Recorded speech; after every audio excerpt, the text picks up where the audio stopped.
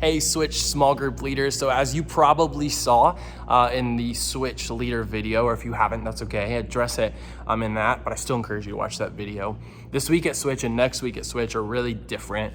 And I'm gonna kind of go through it logistically and then give you some information that I think is important for you to know, and that your team leads and coaches are going to be there to support you in throughout this Wednesday and next Wednesday. So we're in this series, How to Share the Gospel. And one of the things that we have to wrestle with as leaders a lot of the times is knowing the answer to a question our students are facing, or the big question that we're walking through, because we've lived out the answer ourselves. We found out the answer for ourselves. But one of the biggest things that we can emphasize on here at Shawnee Switch is not giving our students the answer, but letting them wrestle with the question. So what does that look like?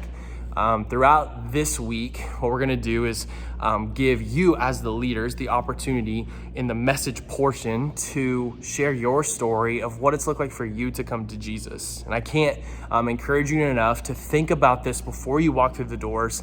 How can you keep it to the point to share the right details that your students need to hear? Because if your students in middle school, they may not need to hear some details that they might need to hear in high school, and vice versa. But how can you just share what has Jesus done in your life? And one of the things that I want to emphasize the most is for you to share the joy that you do have in Jesus. A lot of the times as we share our stories, sometimes it's easy for us to be like, yeah, Jesus did this and he did this and then he did this.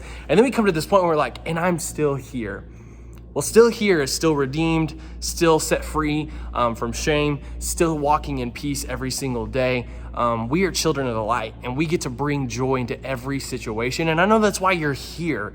And so I just want to encourage you that as you're sharing your story, that you're really emphasizing the power of what Jesus has done in your life. And then the table is going to be set for you to ask your students, hey, what do you think? What do you think about what Jesus has done in your life? And what's specifically different, even in this moment that you're gonna get to have, is your students, when they sit down on their seat, are gonna have a worksheet that's gonna be sent to you in this same message, and you're gonna be able to see it before. But what it really helps them do, and can even help you do, is track out, okay, here's my story, and here's what God has done. Here's where I think that God is taking me. So this sheet of paper is going to be on their seat. What's going to happen is I'm going to briefly set up this time. Once we get to the message portion, I'm going to set up this time with some scripture, a little bit of direction, but then you're going to lead the entirety of the night. At the end of our small group time, which will be about 35 minutes, maybe even 40 minutes, depending on some scheduling stuff, I'm going to walk up, do both prayers, and then we're going to end the night.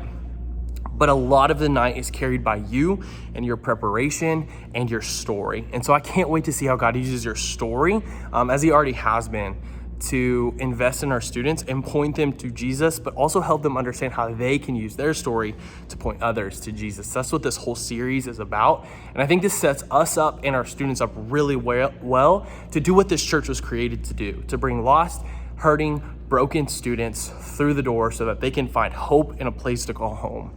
And so I'm really excited for this week. I pray that if you have any questions, you talk to your team leads about those questions that you have. I pray that if you want to get creative, you get creative, that you share the right details, that you come prepared and expectant of what God's going to do. So I can't wait to see you this week. Kind of a last second thing that just pops in my head is we will all also be in the auditorium during this message portion. So I would encourage you to spread out appropriately, but make sure that you are not so spread out that it creates a distraction, if that makes sense. So don't be at the back of the room where it feels like you can just make a bunch of noise, but also give yourself enough distance to where you can hear your students can be heard, and we're gonna have an incredible night. So I love you guys so much, and I cannot wait to see you this Wednesday. If you have any questions, let your team leaders know. The coaches are there to support you and them, and we're going to see God move in an incredible way this Wednesday night. Next week, I can't wait to tell you more of how our students are gonna get to learn how they get to share their story. Really excited about this series. So I'll talk to you soon. Bye.